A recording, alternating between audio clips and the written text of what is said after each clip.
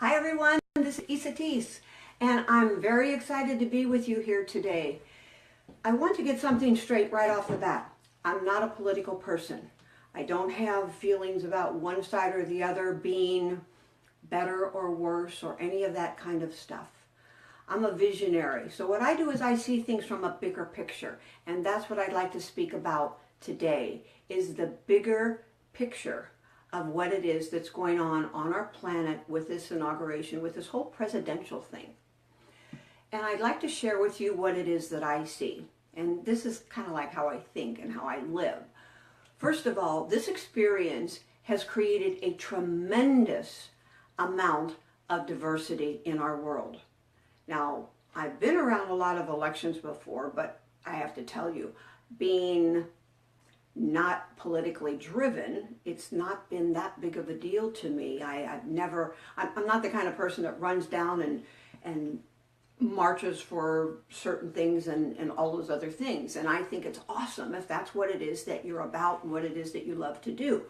But that's just not my thing. So when I see what's going on here in our world, what I see is a massive amount of diversity that is occurring. We have the Trump supporters and the Trump haters. We have the Clinton supporters and the Clinton haters. We have all of the people in the world, most of which are saying, I don't want one or the other. So the point is there's resistance there. The point is that when we live in a place of resistance, we cause ourselves pain. All resistance is the cause of suffering. All resistance is... I forgot to turn off these. Let me mute my phone. You all bear with me a moment. There we go. Okay, so we don't have the Jetsons landing. At any rate, what I see in this diversity is that we are all, as a collective, commissioned with or given the opportunity to actually decide for ourselves whether we want to be in resistance or whether we do not. So the question that I ask you, and I ask you this to really look at this, what do you really want? What do you want in our society? What do you want in our entire world? And if you really come to the understanding that what you are thinking, feeling, and how you're acting and contributing to the collective is where the difference in the world actually is made. It's not really so much about the president. It's really not so much about anything. What's really making the difference is you. What you think, how you be, how you express, because your energy, and we perhaps can all come to agreement that everything is energy. Your energy is creating to a collective consciousness. So if there's a lot of struggle, a lot of diversity, a lot of things that are causing us to feel like I'm right and they're wrong, or they're right and I'm wrong, because it can go either way. What happens is our energy goes down. We don't feel good about ourselves. We feel this feeling of resistance and conflict going on. That's kind of, you can kind of like visualize all these little pieces of conflict going out into the world, these little pieces of energy. And we are all living inside this collective consciousness, this world of energy.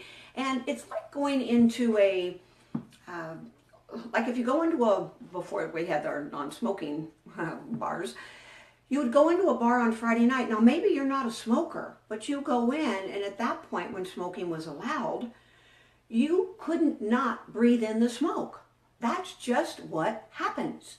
And as a result, when we are in a position where we're walking through the world, we are actually taking on the kinds of things that people are consciously and unconsciously thinking.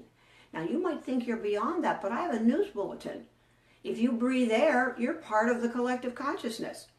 And therefore, what are you contributing to the collective consciousness? This whole presidential thing has become such a magnanimous thing that there are people that won't talk to other people because they voted for one person or the other. In fact, we have that kind of thing even in my own family. It's amazing to me.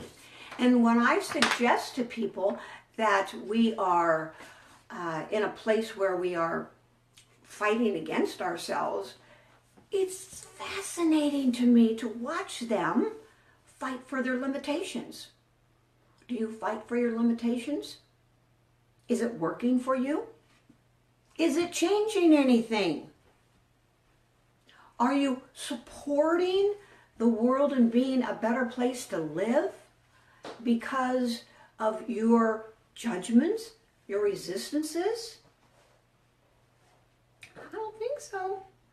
It's something to think about. It's something to really look at as how are you empowering yourself and how are you empowering the world? Do you think that fighting against Clinton or Trump is raising the vibration and making us all work together more as a collective? I really get it. We all have very strong opinions and ideas and judgments, and some have less than others. And if you're one of those people that you just want to take it to the streets, go for it.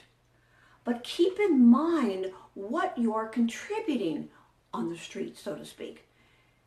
And if you feel that passion to do that, now always follow what it is that you're doing. But I just ask you to think for a moment about what else is occurring, because it's beyond what it is that perhaps you've ever thought about. And so there's a few things that you can do. You can think about what it is that I'm speaking about here and take this to every part of your life. Are you fighting against your children, against your partner, against your boss, against your money? Are you putting your focus on what isn't working? How much energy and focus are you putting on what is working? What if you trusted in the law of the universe, if you will? What's really going on? What if you said to yourself, what if there was something great here that I haven't seen yet? To fight against what is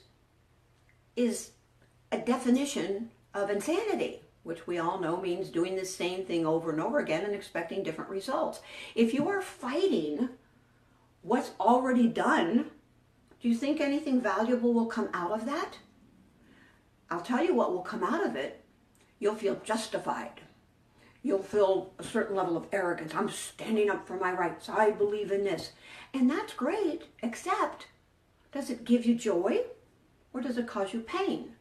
Does the struggle create more resistance and more conflict in other areas of your life because you're walking around with attitude?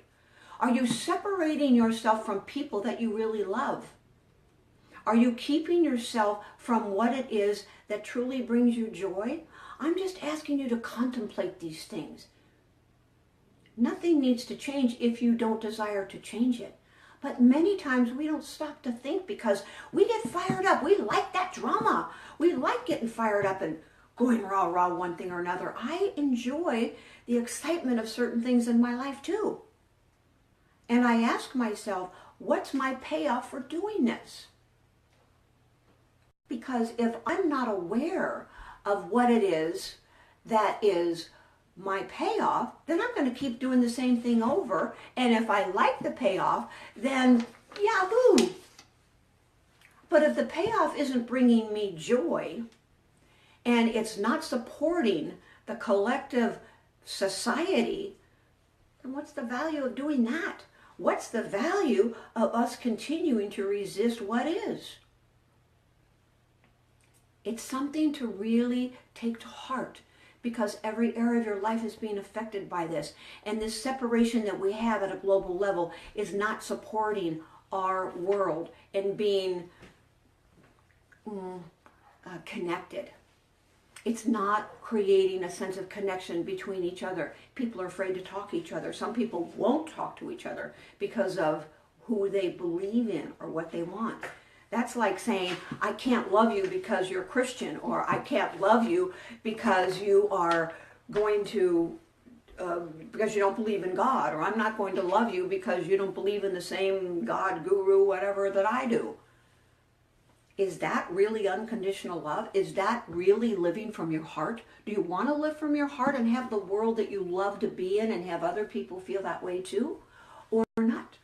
And so as a result, You get to look at whether you want to change your perspective. You can shift and reframe what it is that I'm speaking about here by asking yourself those questions. What's great about this that I haven't seen yet? What if I just allowed the positive, loving energy to come out of me and know that that will change the world, rather than, I can't stand this, I don't want this to happen, he can't do that, she can't do this. That's a fighting energy. Fighting energy does not get us what we want. Some people have told me that they're very afraid of war, nuclear war, because of what has occurred. Well, are you at war with yourself? Are you at war with others?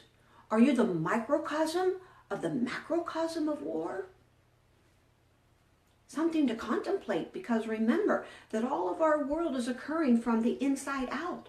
So your perspective is what you're going to see. And what our perspective as a collective, which is really the important thing about this today, is what we're going to see in the world. We've got conflict and diversity and all these things. And how do you think you can make a difference? By coming into your own center and bringing into a place of neutrality, and allow your factors of love and trust to be what it is that's going to make a difference in the world, not fighting against. Fighting against does not bring you what you want. You just create more war. So look at the big picture. Ask yourself what it is that you truly desire, and decide for yourself what the true passion in your heart is. Remember, fighting against everything is causing the resistance, and all resistance is causing the pain. There's no point in fighting what is. I invite you to share this with everyone you possibly can, because if we all really took just a little bit of a shift, a little bit more often, held ourselves at a place of heart instead of attack, our world would be a very different place. So I invite you to share, to speak, and to perhaps reframe some of the ways that you're being. I predict that when you do this, you will see a change in your personal and outer world. You will experience more abundance, more love, more connection with every single part of your life. Your business, your money, your children, your partner, and the collective at large will become a most amazing experience for each and every one of us.